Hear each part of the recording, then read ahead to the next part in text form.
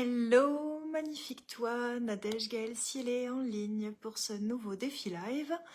Je vais venir te parler aujourd'hui d'histoire, de notre histoire, d'énergie. J'ai un peu les cheveux électriques aujourd'hui, mais je pense qu'il va pleuvoir, tu vois.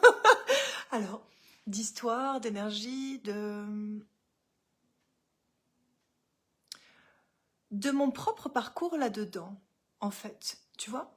C'est-à-dire, moi j'ai passé tellement d'années, mais tellement d'années, à rester dans mon passé, à croire que j'étais obligée d'être la personne qui était modelée par les choses que j'avais pu vivre.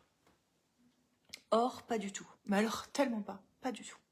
Mais ça, je ne le savais pas. Et pendant des années, j'étais vraiment en mode victime, euh, à raconter, oui, mais moi, tu sais, m'est arrivé ci, m'est arrivé ça, ah, toi aussi, oh là là, je vais te faire du café, on va refaire du café, on va reboire du café, tiens, on va fumer une cigarette, et puis on va encore se morfondre là sur le balcon en faisant des cafés clopes. Franchement, ça a vraiment fait partie de ma culture. Et puis, euh, et puis aussi à me mettre dans des endroits qui correspondaient euh, aux personnes dont je faisais partie, tu vois, comme s'il y avait des groupes de personnes, voilà, toi t'es un groupe qui a souffert, donc tu peux aller dans tel truc, toi t'es un groupe qui a un peu moins souffert, donc tu peux aller dans tel truc, puis toi t'es né à tel endroit, meilleur endroit quand même, donc toi t'as plus d'accès à telle chose, et puis en fait j'ai découvert que non, ça n'avait rien à voir avec tout ça, que c'était vraiment le pouvoir que tu donnais à ton histoire qui faisait que oui ou non tu pouvais accéder à telle ou telle chose, tout simplement. Il y a des tas de personnes qui ont vécu des choses pas agréables et qui pourtant ont vraiment réalisé leurs rêves. Donc on peut se demander, mais à quoi c'est dû? Alors moi j'ai pu entendre, il n'y a pas si longtemps, oui mais c'est une histoire de chance, il faut être au bon endroit, au bon moment, avoir les bonnes relations. Mais tu sais quoi, la chance, encore une fois, je reste persuadée que c'est quelque chose que l'on attire. D'accord? C'est pas t'as de la chance ou t'as pas de la chance. C'est quelque chose que l'on construit. Euh, Tu vois, là, j'ai regardé une interview il y a pas longtemps, qui était fabuleuse. Et dans cette interview, la nana, elle disait, elle parlait d'un calcul vraiment mathématique qui disait, ben, dans toute ta vie, tu vois, si t'as une longévité normale, tu vois, sans maladie ou quoi, voilà, dans toute ta vie, si t'enlèves l'enfance et vraiment cette période-là où tu es complètement dans l'insouciance, il reste à peu près 23 000 journées à vivre. J'ai fait le calcul, hein, ça fait à peu près 63 ans. Ben, c'est vrai, hein, finalement, quand tu enlèves les années d'enfance, etc., et de jeunesse insouciante, c'est à peu près ce qui nous reste.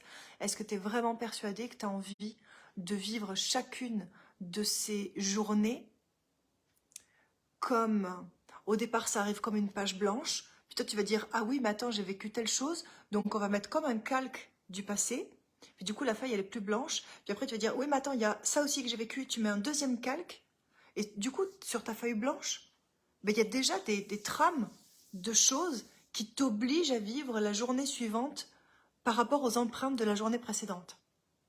Et ça, ce n'est pas possible. C'est plus possible. Tu es en train de te ralentir. Tu es en train de diminuer considérablement toutes tes possibilités. Pour le redire vraiment simplement, parce que je ne sais pas si j'ai été assez claire dans ma pensée, parce que du coup, comme c'est un sujet qui me passionne, je m'enflamme peut-être et je suis peut-être pas tout à fait claire. Pour moi, chaque nouvelle journée est une page blanche. Blanche, tu m'entends, pas teintée de tout ce que tu as vécu avant. Pour moi, chaque nouvelle journée est une page blanche. Et si on est ce type de personne que j'ai été pendant des années, à, à vivre dans le passé ou à agir comme on est censé avoir été modelé par nos expériences, ça veut dire que chaque nouvelle journée, page blanche, n'est pas blanche. Il y a une tâche de, tiens, ce qui m'est arrivé à 8 ans.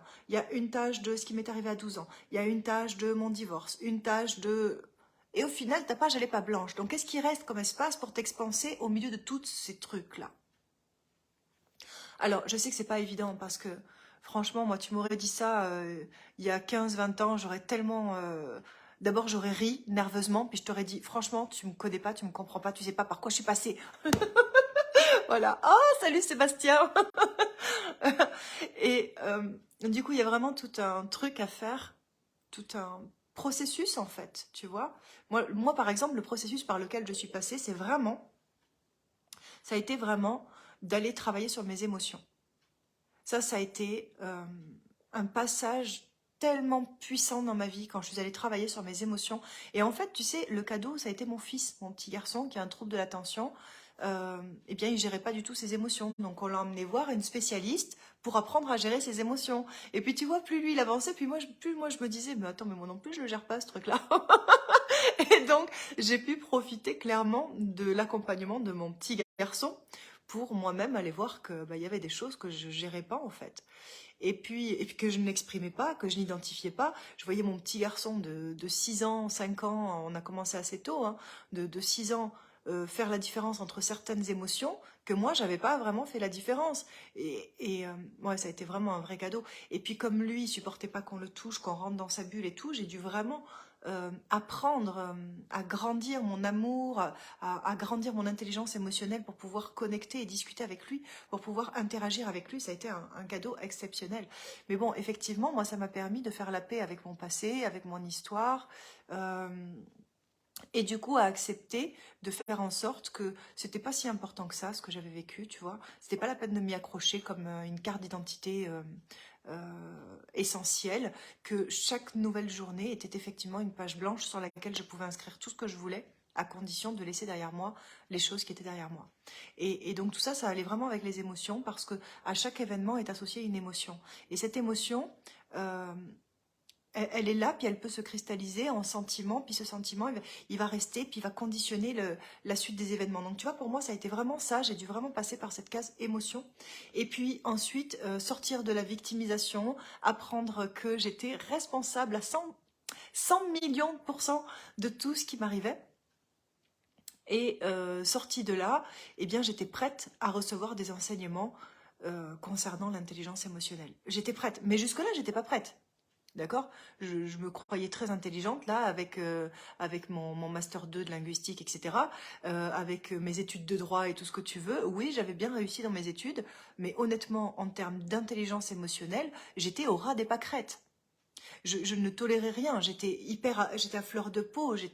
Euh, j'étais vraiment hypersensible parce qu'il y avait des tas de choses que je n'avais pas réglées pour moi. Donc là, j'étais prête à agrandir mon intelligence émotionnelle, et puis une fois que j'ai pu passer cette étape-là, on a pu vraiment aller travailler plutôt sur le leadership, et puis chaque fois, tu sais, c'est une nouvelle étape. Et tout ça n'a été possible que en abandonnant mon identité historique. D'accord? C'est-à-dire que chaque jour, je me réinvente. Je suis toujours la même personne, mais chaque jour, je laisse une place à qui je veux devenir. Pas qui j'ai été, mais qui je veux devenir.